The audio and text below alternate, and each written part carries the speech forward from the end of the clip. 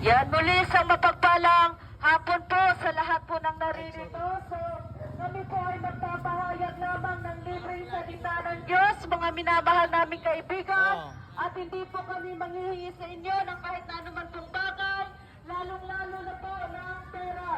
So, dapat po nating malaman mga kapatid, mga kaibigan, na ang buhay natin sa mundong ito ay panandalian lamang. Yung buhay natin sa ibabaw ng mundong ito ay temporary lamang. Alam niyo po, meron pong nakasulat sa banal na kasulatan sa mga Ngaral chapter 12 verse 1. Sabi po dito, alalahanin mo ang iyong manlilikha sa panahon ng iyong kabataan bago dumating ang mga araw at taon na puno ng kaguluhan, panahon hindi mo na madama ang tamis ng mabuhay. So dito po, meron po panawagan ang Diyos sa mga taong kalakas pa, mga kabataan, mga humihinga pa, na alalahanin na natin ang Diyos sa buhay natin sapagkat darating ang araw at taon na puno ng kaguluhan at taon na hindi mo na madadama ang tamis ng mabuhay. Alam niyo po mga kapatid, mga kaibigan, sabi po sa banal na kasulatan sa Lucas chapter 11 verse 38 na mapalad ang mga nakikinig ng salita ng Diyos at tumutupad nito. Kaya kung napakinggan mo ang salita ng Diyos sa mga oras na ito, isa kang tunay na mapalad ayon sa Panginoong Heso Kristo. Mga kapatid, mga kaibigan, hanggat may oras pa, hanggat may panahon pa, magbalik loob na tayo sa Panginoon bago tayo datnan ng kamatayan sa buhay na ito, bago tayo magkaroon ng sakit at karamdaman. We need to repent and return to God. Magsisi na tayo sa ating mga kasalanan. At mga kapatid, huwag na huwag nating aalisin ang Diyos sa mga buhay po natin sapagkat merong nakasulat sa Juan chapter 15 verse 5. Sabi ng Panginoong Jesucristo, kayo'y walang magagawa kung kayo'y hiwalay sa akin. Dapat nating malaman na yung buhay natin, yung lakas natin, yung mga hininga natin ay galing sa Diyos. Kaya bago ito bumalik sa Diyos, alalahanin na natin ang Diyos sa panahon na malakas, buhay, humihinga pa tayo.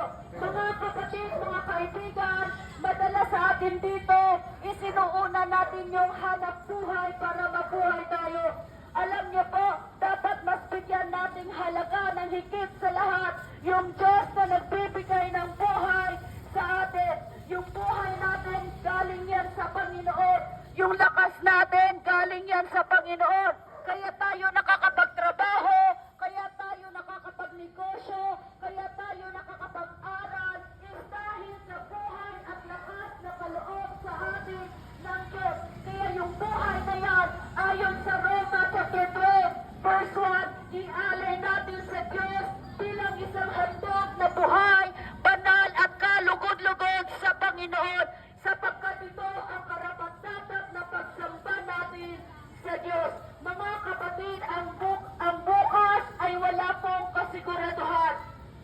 Maaari ngayon malakas tayo, malusog tayo, buhay tayo, humihinga tayo, pero hindi natin alam kung ano ang magaganap sa araw ng bukas.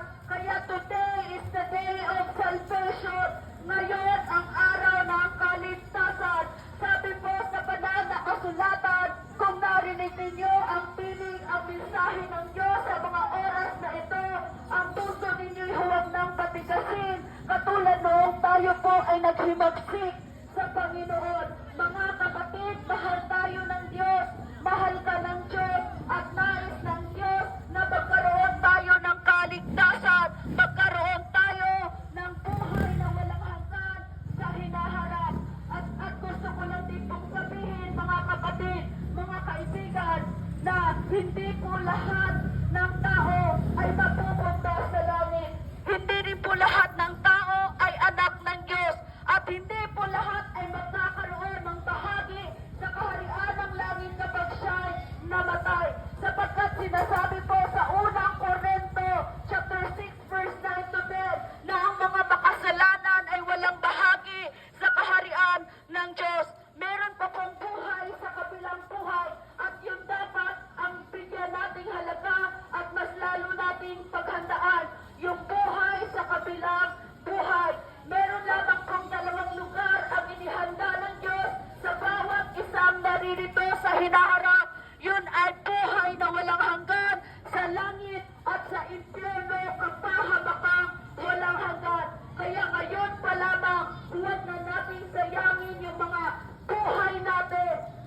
desisyon na tayong manumbalik sa Diyos. Bago po kami umalis po dito sa lugar po ninyo, nais po namin mag-iwan ng isang maikling panalangin para po sa ating lahat. Aming Diyos na banal at makapangyarihan sa lahat, Panginoon, maraming salamat po sa buhay, sa kalakasan, sa mga hininga na ipinagkaloob mo sa bawat isa sa amin. Salamat po sa pangalawang pagkakataon na ibinigay mo upang kami ay makapagbalik loob sa iyo, Panginoon. Pagpalain niyo po ang bawat isang naririto, yung mga lalong-lalo na, Panginoon, yung mga taong sumasampalataya at tinanggap ang iyong mga salita. Pagpalain niyo po sila sa lahat ng area at aspeto ng kanilang mga buhay. Panatilihin niyo po ang kapayapaan, ang kaayusan, ang magandang panahon sa araw na ito at sa lugar na ito.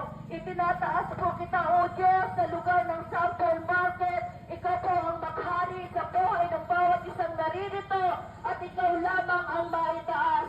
Ito po ang aking panalangin sa pangalan ng Panginoong Heso Kristo, Panginoon namin at Diyos na tagapagligtas. Amen and amen.